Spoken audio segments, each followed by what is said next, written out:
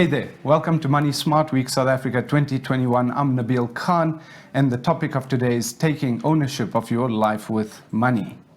So to get straight into it, a little bit about myself and to the questions that we've been receiving. The first question we have here is financial freedom possible?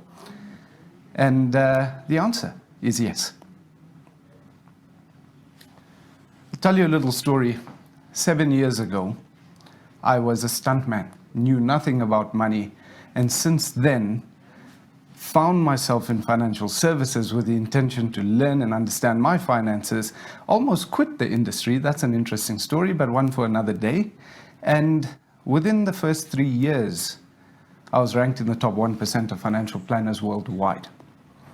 Now, why I'm telling you this is because since then, I've created a family, gone through the standard life stages, financial life stages, which is purchase a house, start a family, get married, and on my own journey towards my financial freedom. So basically, if I can do it, and if I have done this over the last 7 years, anybody can do it, because I'm just a stuntman. So what makes financial freedom possible? Let's put it to you this way. We all live life, we're a multicultural nation, and essentially everybody has grown up with their own cultural principles of how they see money, right? And behavioral studies around personal finance is something that's relatively new, something that we've been focusing on over the last few years. And what I've found personally is that getting control of your money is something that's very emotional. So instead of looking at it as, I want to be financially free, what's more important is understanding, what do I want? What makes me happy? Realizing that as we've grown up in this digital age, perhaps our goals aren't even ours. These are the questions that you might need to ask yourself, irrespective of your generation, in the world today, and just imagine, reflect what it is that you're working towards. Because once you're clear on that, your journey has just begun, and financial freedom can become a lot more possible. It really is about focusing and one-mindedness, and then understanding the principles, tools, and techniques around you to work towards your financial freedom. You see, let's put it to you this way. Money is just a piece of the puzzle, right? We all as human beings need 3 things. It could be 4 things. 4 things to live our life on our own terms, right? Contentment of heart and mind, physical, right? Be healthy, emotional, cultural in our workspace and getting along with each other in collaboration, and we need resources, right? Resources to live that life. And if you look at the resources that we have, we are all born with certain resources. When we're born, we have time. We don't know how much of time we have, but we do know that we have it, and we have the choice to control it and use it for whatever we want. So that's a resource that you don't need. The other resource that we all are born with is the ability to think for ourselves. It's the ability to understand, the ability to do our job, the ability to show up on time, and all the wonderful things that make us productive in the world. And if you look at how do you design your life on your own terms, how do you reach this financial freedom, this place where you have enough money coming in to your life that you don't need to work for, that really is something that we may or may not, for the large extent of people, have been born with as a resource, because we do have to pay for food. Healthier food is more expensive at shops. We do have to pay for all the things that happen in our day-to-day lives. And so money is that missing piece of the puzzle. It's that small in relation to what makes life important. So once you reflect and understand and spend time with yourself, your family, which is hugely important. I'm touching on a lot of personal finance issues here, but we have an agenda at hand, and I do have some tips for you on how you can start finding more money, getting more money into your life, finding that missing resource. So let's look at another question that we have over here. What is the easiest place, or what is the easiest place to start when it comes to financial freedom? Well, speaking to a large audience, what I found is majority of people need what when it comes to their security needs? Roof over their head, right? In which case, you kind of have two options. Everybody has this. Do you buy a place? Do you rent a place? Now, on that topic, it's relative. Sometimes renting is actually more cost effective than buying, and sometimes buying is more cost effective than renting. We aren't going to go into detail on that because it's a complicated one, but I'm going to give you an even better one. Assuming you have bought a place, right? Because it is a misconception. It is an understanding we've all grown up with. The option to own a property one day is something that a lot of people look forward to and have done. Leave the math aside, but seeing as you have a bond, we're going to talk about today a way that you can purchase a property on a Black Friday special. What I mean is save almost half, if not more than half, of the interest that you will pay towards owning a property on your bond. So the topic is how to pay your bond off effortlessly, that anyone can apply. And in studio, what I've brought with me is the only calculator of its kind in this country, and I mean, it's relative to our interest rates, etc., but I've brought today the only calculator of its kind that can allow you to prove the concept of exactly how you can pay your bond off effortlessly. So what I have here on the screen is the calculator, right? Everything in blue is input, so I'm going to talk through this with you guys with an easy example. I've pre-filled this out. Let's say, and we'll take an example that I've used before in other pieces of content, is Mbali. She is a student. She's been working. She's just gone through a graduate program and built up enough savings, just paid off a student loan, and is ready to purchase a place. So she plans to purchase a £1 million house, right? Interest rates are looking favorable, but prime interest rate right now, 7%. Whether it goes up in 2 years from now, a different story. Should you be fixing your interest rate? I'd say not right now, and there's an explanation for that. In fact, on that note, guys, we can talk about a lot here, and this is all for you. So please ask as many questions as possible. Let's go straight onto it. You guys are following on the screen that every bond has a time frame. Do you take 30 years? Do you take 20 years? Right? Do you take 25? It's all relative. Do you take 15?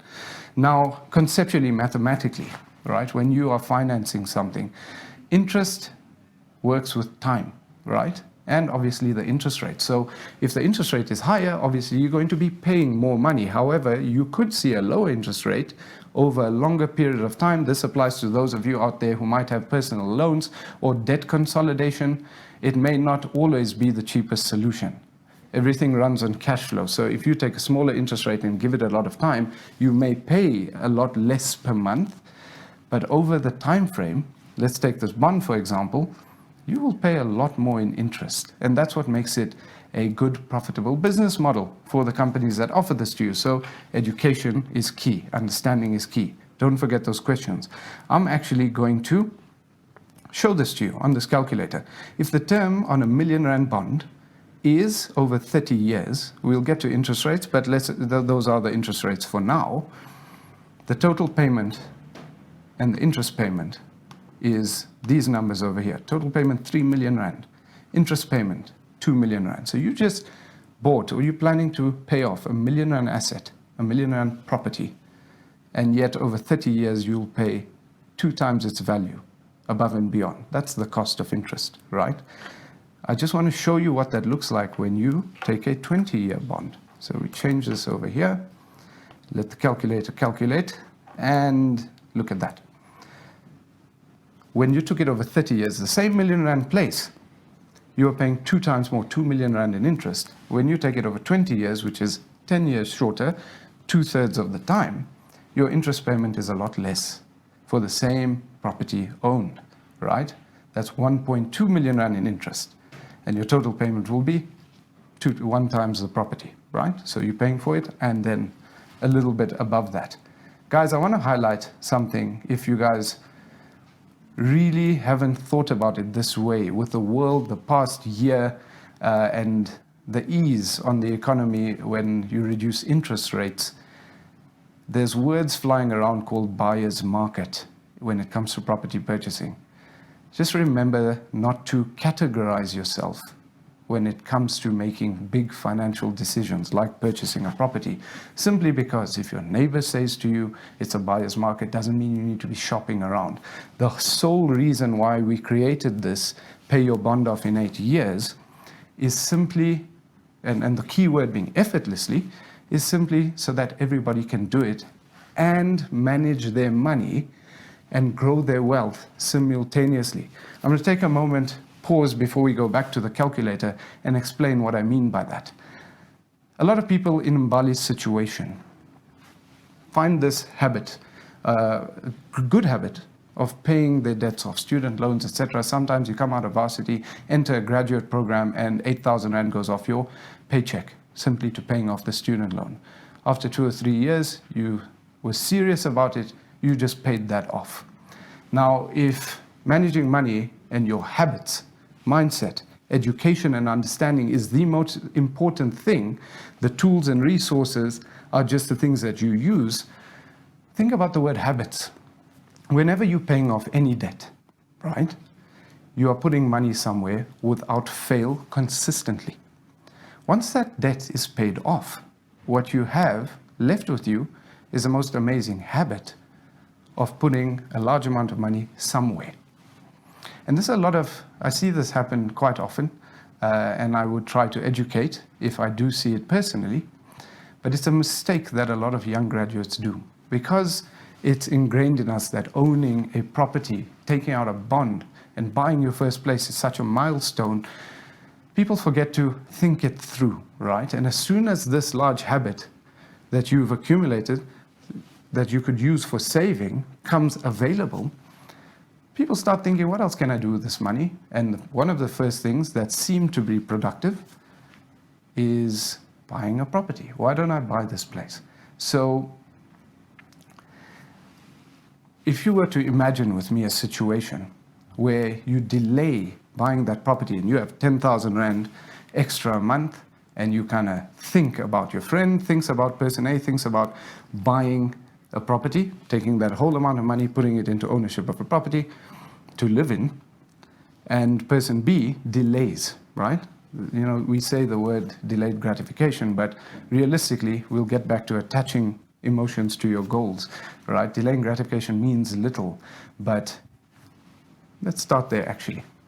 If you have 10 million Rand saved up in a money market account, and it gives you 6% per annum, just on interest, you will receive a payment of 50,000 Rand a month. Just on the interest, which means your 10 million will never get smaller, and you've just created a salary for yourself for 50,000 Rand a month. Please forgive me if I'm jumping somewhere. Make notes and ask those questions. I'll get down to them. But this topic, if you realize key moments, whatever stands out to you, note it down. 50,000 Rand a month forever income. What have you done? What can you do with 50,000 Rand in your life today if you don't need to work for it? What will you be spending your time on? Would you still be at the place?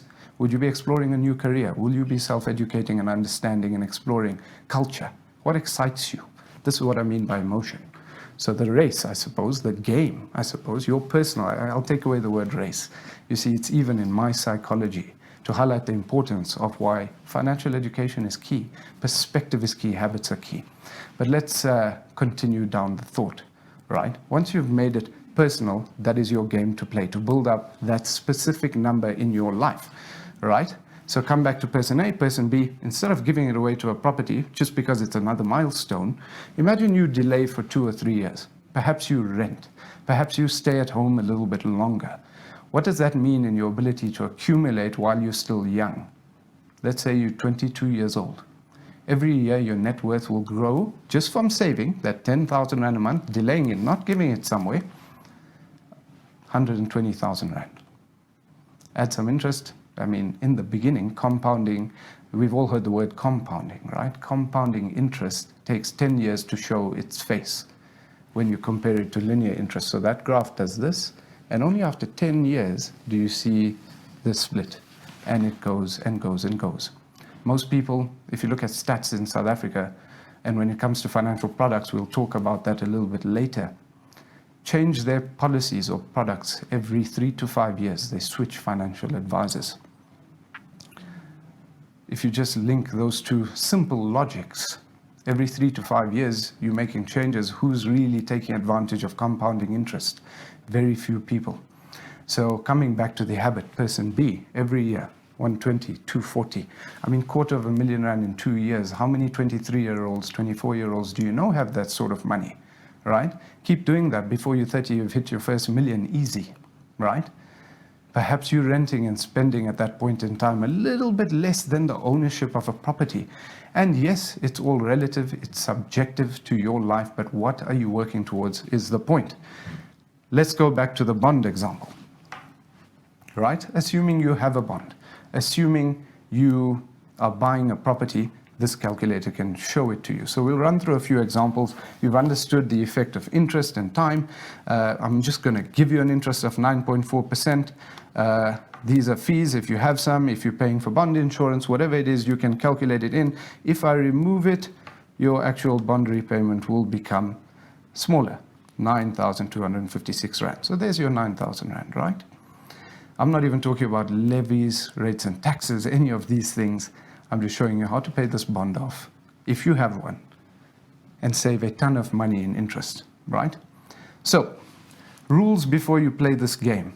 You have to have your budget down. You have to understand how money is flowing into your life and how it's flowing out of your life, because this is about managing money. When I said everybody can do it, I meant everybody can afford to do it. This is not going to be a situation where you need to just plant your whole salary or double your salary into your bond every month, because obviously if anybody does that, they'll pay their bond off in no time. This is for everybody that may be living according to their paycheck today, that may be inspired to understand a different way and may be excited to save an extra R1 million on their life in interest. And what can that mean for you in your journey? Not paying R1 million somewhere else, guess what happens? It means it stays with you. And if you think this through, if you understand your principles of managing money, your cash flow every month money comes in, money goes out, right? Where is it going? How much of it is going? You have to have this down before you do this, because this won't cost you a cent. It'll cost you some administration time in your life every single month. And if you set it up correctly, you can do this spending 3 to 4 minutes every single month and save an extra R1 million on your bond. Here's how.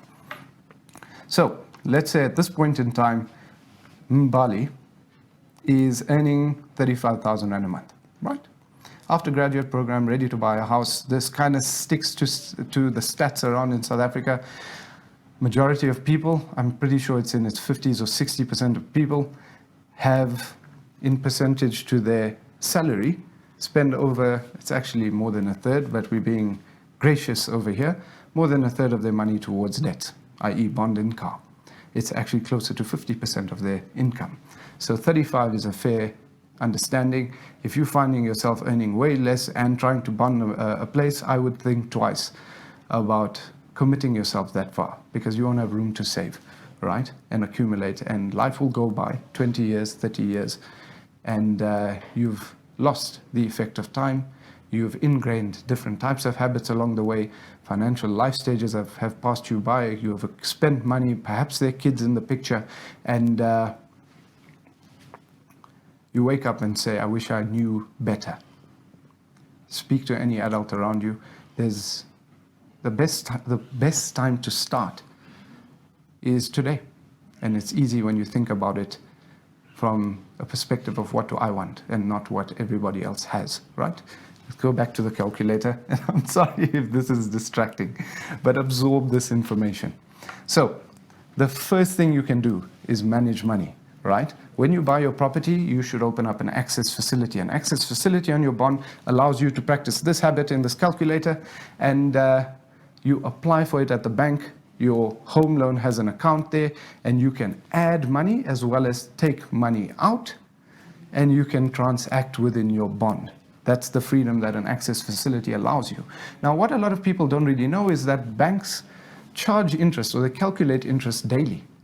So if you put in 100 Rand extra into your bond, and it happens to be the 15th of the month, for that 15th, you've put in an extra 100 Rand, banks actually calculate that extra 100 Rand being in, which means you save a little bit of interest along the way. And if that stays in there, every day you're going to accumulate that saving in interest. So what this is saying is a payment habit where you shift your debit orders. This is why I say you have to understand your money management and flow. If you get paid on the 25th of the month and your debit orders on the 1st of the month, what I am asking you to get this right, but if you see the outcome of this calculation, you might find the motivation to do so. Move your debit orders to the day before payday. Meaning, take it from the 1st, move it to the 25th, right? It does take some admin to do this. Phoning companies, some people have issues, and you kind of work that around. But once you get it right, what is happening? This is the important thing. What's happening is the day before payday is when everybody needs your money. So you keep that money in your account, debit orders go off, right? The very next day, 25th of the month, you get paid, which means nobody needs your money for another month in advance. So what do you do with that money? She takes 35,000 Rand and plants it into her access facility on a bond, which means every single day thereafter, that's 35,000, call it 3 times, and then some, of her bond repayment is sitting in. It's like she paid 4 months in advance for majority of a calendar month. The day before debit orders, the 23rd, she puts a reminder on her phone, and she transfers money back out of the access facility into her account, and the very next day debit orders go off, but the day after she gets paid again, and she takes the money and puts it back in a bond, and she repeats that process. Just from doing this, didn't cost her a cent. If you take a look at this calculator, and I'm highlighting a cell over here, normally the term is 20 years, and I'll show it to you over 30. I mean, we'll go through it then. If she just does this payment habit, she just shaves off a whole year and 1 month in interest, 18 years and 11 months. She basically saves 125,000 Rand in interest. Now, for those of you that may think this is hard, it's admin intensive, please ask questions if you don't, and you're excited about doing this. But for those of you that think it's hard and intensive, if I asked you today to give me 2,000 Rand, complete stranger, what would you say to me? Hey, can I have 2,000 Rand? No? Who are you? Why? Think about that for a second. What does money mean to you? And yet a picture over here is saying, if you just control your own time, you can give yourself 125,000 Rand. What does that mean to you? And the reality is it can mean very little because it's not in your hand today. And that's where that gratification comes from, which is, again, why it's important to understand what you're working towards in life, right? And that's reflection. So spend some time reflecting. If you have questions on reflection, I reflect a lot in life. There's key moments, there's techniques that I use. Definitely not finance, but see how it relates to everything about money in your life. And I'm here to answer those questions because it is about living on your own terms. Let's go back to the calculator and see what else you can do. So, in this calculator, we have optional inputs, things that you can do, right? Assuming Mbali's buying the property for the first time. Generally, banks ask you for a deposit, right? And when you're preparing to buy a property, fortunately, a lot of people are ingrained to have this 10%, right? Which is 100,000 Rand in Mbali's case. So we say enable that to yes, right? If a deposit is 100,000 Rand, what I urge people to do is to prove to the bank, and you can negotiate and have these conversations with banks, say, obviously you can see my account statement, I have 100,000 Rand, which is my 10%. I would like not to put that as an initial deposit. I would like to finance the entire bond 100%, right? Please, can you do that for me? You'll be surprised. By asking, you will receive, right? Because your intention then is once you've registered a bond, you've got it at 100%, the full million Rand, right? Calculator, I wonder if we can do questions while we're using the calculator. I doubt it. Conversation for another day, I suppose. But coming back to it, Once you've registered the bond, it'll take 2 or 3 days. You just go into the bank and say, I'd like an access facility account. It'll take it to register. They might still need some requirements from you, but it's fairly easy, right? Once the access facility is opened, you now take your 100,000 Rand and park it in the bond.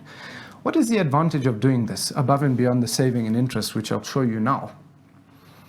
The advantage is, in personal finance, one of the biggest lessons in history from 2020 is, by nature of life, as close to a zombie apocalypse as possible, highlighted the importance of an emergency fund.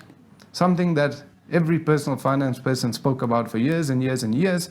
People that had it definitely saw the value of it. People that didn't have it, well, I hope you realized the importance of having one. And this is another kind of conundrum when you're purchasing a property. You saved up all this money. All this time, technically, it was an emergency fund.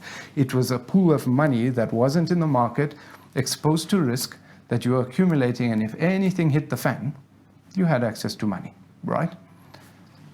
When you're purchasing this property, few people think about this, especially younger people.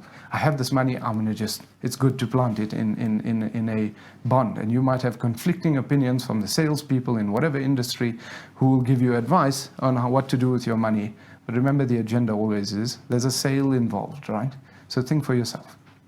Advantage of planting this money in the access facility is that you'll have it accessible, which means, yes, the game plan on paper, right? You know, everything about, I'm going to tell you something as a financial planner. You can make fancy calculations. You can put the best plans in place. And then life changes. 2 weeks later, a baby comes in the mix. Bottom line is, everything is subject to change. And so your understanding of what you're working towards, what's happening, what needs to happen, is the most important thing. And most importantly, try the best, right? Try see the potential saving and use that to your advantage and do better, right? So the advantage, 100,000 Rand in your access facility, you have the option to access it in case there's an emergency while you continue your habit of saving and accumulating money to build up your emergency fund, right? But guess what? While it's sitting in the access facility, that's 100,000 Rand saving you interest, right? The advantage of that as well, before making the decision while house shopping, is if you're thinking this way beforehand, right? I'm going to just show you something on this calculator. If I were to give the deposit to the bank at 100,000 Rand, then technically my bond amount that's going to be charged interest is only on the remainder of the money, which is 900,000 Rand. So what I'd look at is, say, 900,000 Rand, right? And the interest starts changing, right? Your interest over the time changes over here. So my point here is that the standard bond repayment also changes, right? It was 9,200 and something Rand, now it's 8,330 Rand, right? So when you do put a deposit, your repayments will be lower. However, if you apply for 100% finance, more money, more linked to the interest rate, more repayment per month. But this habit serves you well, because if you are going to pay that 100,000 Rand, yet you took a 100% bond, home loan, you're technically forcing yourself to pay an extra 900 Rand per month to accept the higher bond repayment, which is only good for you, right? So by that logic, how much interest does that save us if we keep it at the million Rand? And I hope you understood that point earlier, guys. Again, questions, right? 9,256. So if you include your initial deposit into your access facility, it doubles as your emergency fund, then you end up paying off this bond in 14 years and 4 months. We just went from 20 years to 14 years and 4 months. It's exciting. What else can we do? You might not have money today. It's the reality of life. But one of the magical ways to find more money in your life is to ask yourself the question, when is my next bonus? When is my next tax rebate? When are the points in the near future that I'm going to come into money? Very few people know the answer to that question. When are you getting your bonus? How much is it? What is it based on? If you think about it again, the clarity of what you're working towards, the answer to that question could be a specific month, a 13th paycheck, performance-based. So if you hit your targets and you go above and beyond, what does this tell you about finding money in life? Not just that the fact that there's magic money coming at some point and you could use it, you could plan for it today, but think about that last part, performance bonuses. When you go into work, is it just another day? Do you find yourself saying things like, how's it going? Nothing much in yourself. You know, it's the SSDD, for those that know what that means. And life carries on, right? Get excited about what you're working towards. You could perhaps send an email or have a meeting with your boss and say, based on our targets in 6 months, I have an idea that I can do a lot more and hit this target a lot sooner. Boss might tell you that's amazing. That's incredible. So you leave it at that. Then you ask a follow-up question. If I actually do exceed my target, would you guys be open to a raise? Just asking the question, right? And schedule a second meeting. Let them find out. Ask these things. Get involved, because we're living in a world where you're more open to do this, right? It's not taboo anymore. Asking, having a real conversation. Anyway, your boss might come back and say, yeah, of course, definitely. Anybody that outperforms here is going to get rewarded. Cool. Nice little conversation that went by. What you can do is then send a follow-up email to your boss saying, great conversation.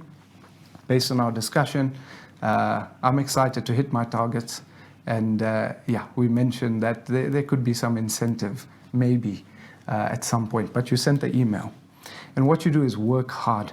Keep doing what you're doing. Hit your job hard. Enjoy it, right? Get involved with it. Get excited about it.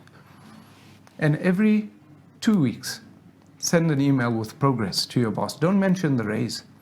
Just say, we're doing great. This is what's going on. See, what you're doing here is twofold. You are creating that awareness, because a conversation that was a maybe can easily be forgotten. But what you're actually doing is keeping consistent with it and building credibility behind that discussion, right? Most importantly, however, what you're doing is you are actually becoming a leader without knowing. You're taking responsibility, you're taking ownership, you're keeping up to date. That actually shows value, and a company absolutely wants that type of person in their teams. Anyway, so the months go by. 1 month before let's say the target was 6 months, you've hit your target. You send a nice congratulating email, set up another meeting, and ask for that raise, and you'll be surprised. You might be the one person in your team that gets an increase in salary. And let's say that is just an extra 1,000 Rand a month, or 1,500 Rand, whatever it is, nothing fancy. Based on your salary band and a whole lot of factors in the workforce, when you actually get your next bonus, obviously it's going to include that effect of the 1,000 Rand. And next year and the year after, and what that's actually doing, if you get into this habit, no matter where you're working, is compounding your growth in income. Because 5, 6, 7 years later, between you and your friend who had the same job title, they might be wondering why you're earning almost 1.5 times what they're earning, and you've been in there the same amount of time. Well, because you were strategic. You showed up. You had something that you're working towards. The same applies with your bond, right? Coming back to understanding when your bonuses, tax rebates, what I did here is, if you get a 13th check, nothing fancy, and you just promise yourself that you're going to take every year 1/3 of that bonus, because 2/3, if airports open and we can travel, that's amazing, right? Go and enjoy yourself, live on your own terms, but be prudent about your planning. And you take 1/3, so that's 33.33% on the calculator, right, of your salary, of your bonus. What does that do in terms of saving you interest? So we had 14 years and X amount of months. It just shaved off a whole lot more. 11 years and 8 months. If you just allocate your future money, excluding your tax rebate. Let's say your tax rebate's an extra 20,000 Rand, and you put that, it's just going to hit that target a lot faster. And while you're doing this, imagine you can find the motivation to find an extra 1,000 Rand a month payment into your bond, right? And you just commit to saying, I'm going to put that extra 1,000 Rand a month, and next year I'm going to put an extra 200 Rand, and the following year I'm going to put an extra 10%, 10, 20, you can play with this, but 200 Rand, we can find that. If you can find it for Nando's, shout out Nando's, joking. Then we can find it for ourselves, right? Because here's the effect. You'll pay your bond off in 8 years and 10 months.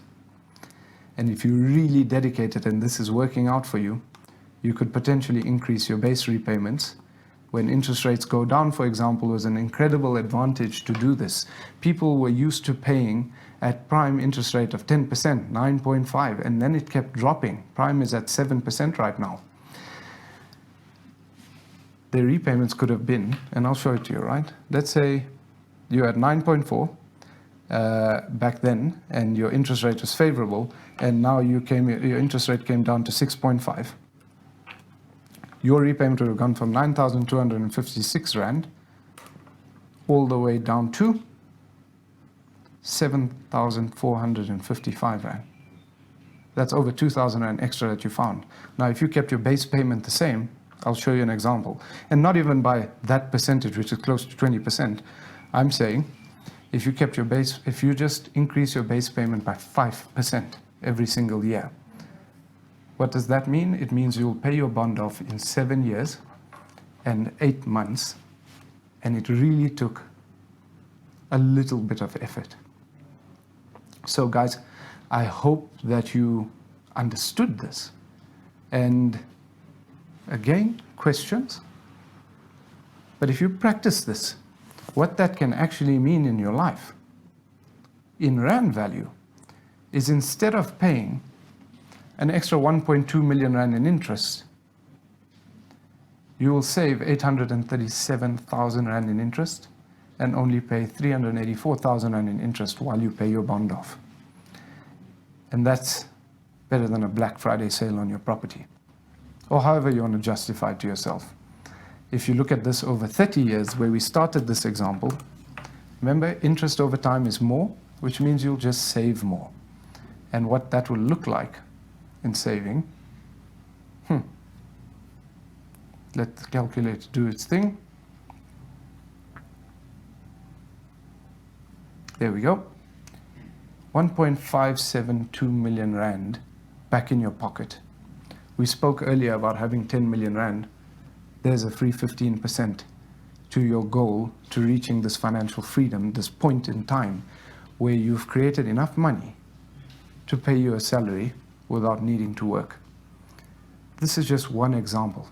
There are at least 10 different examples on where you can find money effortlessly in your life.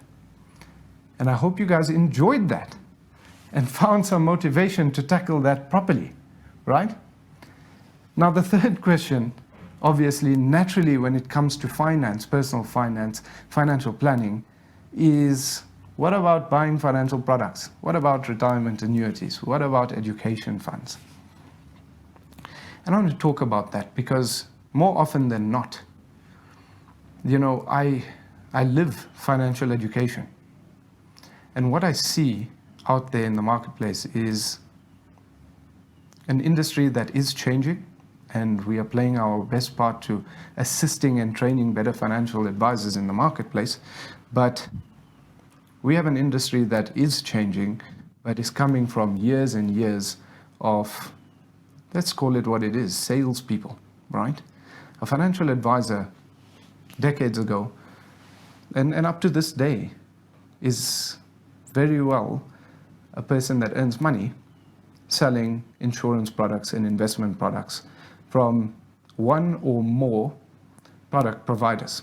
This is the difference between one tied financial advisor or more independent financial advisors. So independent doesn't necessarily mean independent as you might hope. It just means they have multiple licenses to sell you some version of a product, right? We all need financial products. Insurance, hugely important. There's a massive gap of underinsured people. Investing, absolutely. You have to invest. But what's the difference between saving and investing? Let's go on that topic for a second. Here's an example, right? What do you think is better? Saving 2,000 Rand a month underneath your mattress after 1 year, right? So after 12 months, 2,000 Rand a month underneath your mattress. Or investing 1,500 Rand a month in an investment account with no fees, 10% return for the year after 12 months. I'd like to see some answers to that. The answer, the correct answer, is saving 2,000 Rand a month underneath your mattress after 1 year. You see, this highlights a few points. Maybe you thought, but investing is good, and we have to do investing, right? Investing has to be the way to reach our financial freedom. But if you just do the math, 2 times 12, 24,000 Rand. 1,500 times 12 is 18,000 Rand. Add 10%, let's just do basic maths here. 1,800 Rand, that's 19,800 Rand. So I don't know about you, but I'll take 24,000 over 19,800 any day of the week. What's my point, right? It is a trick question. I use this question on stage when I speak to graduates because everyone, especially coming out of a varsity degree, believes they are going to take on the world and own it, and they are. In fact, it's true, it's exciting, it's amazing. But sometimes we come with the baggage of our social understanding of things. Savings not as good as investing. However, it's the baseline. Without that understanding, let's run the example. I don't have the numbers here, but I know the math. I've said this many times before. The question is, what about compound interest? An investment will compound 10% on itself and will catch up to this habit of saving, which has no growth, right? And naturally, that means more money. It takes 6 years. So if you go 24,000 times 2 is 48, and you keep doubling that, and look at that as one kind of line this way, and you take the investment, and it's compounding. So 19,800 grows at 10% the next year, and so on. It takes 6 years for that investment to catch up and out-compound the habit of saving 500 Rand more a month. 6 years. No matter where you are in life, I want you to imagine 6 years ago. Where were you? What were you thinking? What is your view on life? Did you even think a global pandemic was a possibility? What do you think about life today? How do you value it? If you're a student, where were you 6 years ago? High school? If you just freshly graduated, right? How do you see the world today? What does it feel like earning money? What do you think you're going to do in the future? How are you going to change the world? 6 years is a long period of time, right? And if you look at what's causing the difference in thought process is 500 Rand a month, let's put it to you this way. When last did you spend 500 Rand? And what did you spend it on, right? Let's look at last weekend. How much is a pair of shoes? How much are the pants that you wear when you go to the gym now that gyms are unlocked? More than 500 Rand. What was the emotion that you felt when you swiped a card or gave somebody that money? I'm willing to bet that you didn't really think twice about it. Why? Because it's emotionally awesome to have those pants, that pair of shoes, that whatever, that experience. Again, highlighting the importance of what you want and what you're working towards. But if you can create those strong emotions, you can start valuing each Rand that is going somewhere else. And unfortunately, we are living in a society, we've been brought up in one, where what's the emotion if somebody comes to you with a contract, an investment contract, and asks you to sign a debit order form for 500 Rand a month? Tell you the answer. You'll want to think about it, read it, understand it, doubt it. And only really, when you kind of maybe think you figured it out, would you purchase it? 500 Rand a month. The same amount of money monthly. The emotions are different. How you view an investment, right?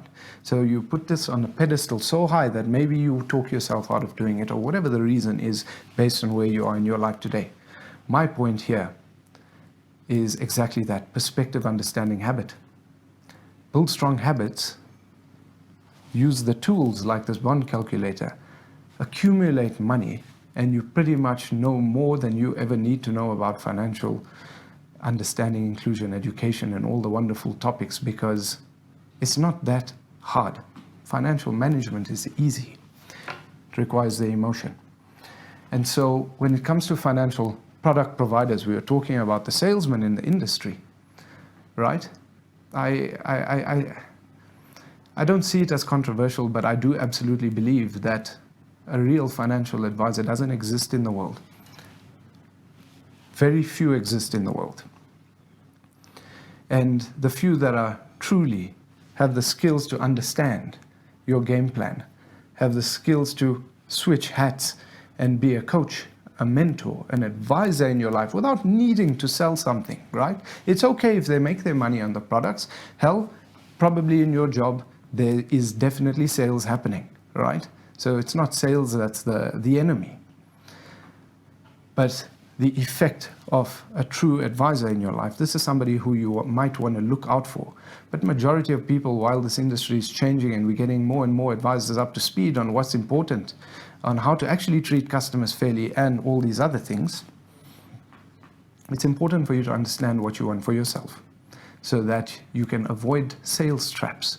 You can avoid somebody putting a piece of paper in front of you to sell you something based on this magical word return on investment. You see, return on investment doesn't actually exist. It's not a thing. It's a concept. But returns, what are they? They're numbers, they're growth values that help you understand and report on a certain structure in hindsight, right? So if somebody comes to you with a page and says, this equity fund returned 17% last year. And I see this happening. I've heard about it happening a lot, because if I saw it, I'd smack someone. But questions. I hear about it a lot. You have the person putting it's called a fund fact sheet, and majority of people have no idea how to read one. So I'm going to teach you how to read one right now. I think it's a valuable skill that you can have in your arsenal of understanding to help yourself fact check things around you in the world today. So a fund fact sheet is a piece of paper that every single investment company's funds, equity funds, bond funds, money market, all of them have fund fact sheets. And I'm specifically talking to funds that have a level of aggression in them, right? A level of volatility. Generally, your share-based funds, your property-based funds, your real estate investment trust funds, and your bond funds that moves ever so slightly.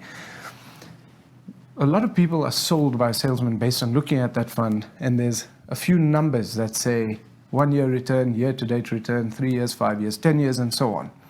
Now, what a lot of people don't know is those come out monthly, so always look at the date of your fund fact sheet. And keep in mind that whatever those numbers are there, whatever they show, its only purpose is for reporting. However, a lot of salesmen put those things in front of you so you can get happy looking at the numbers.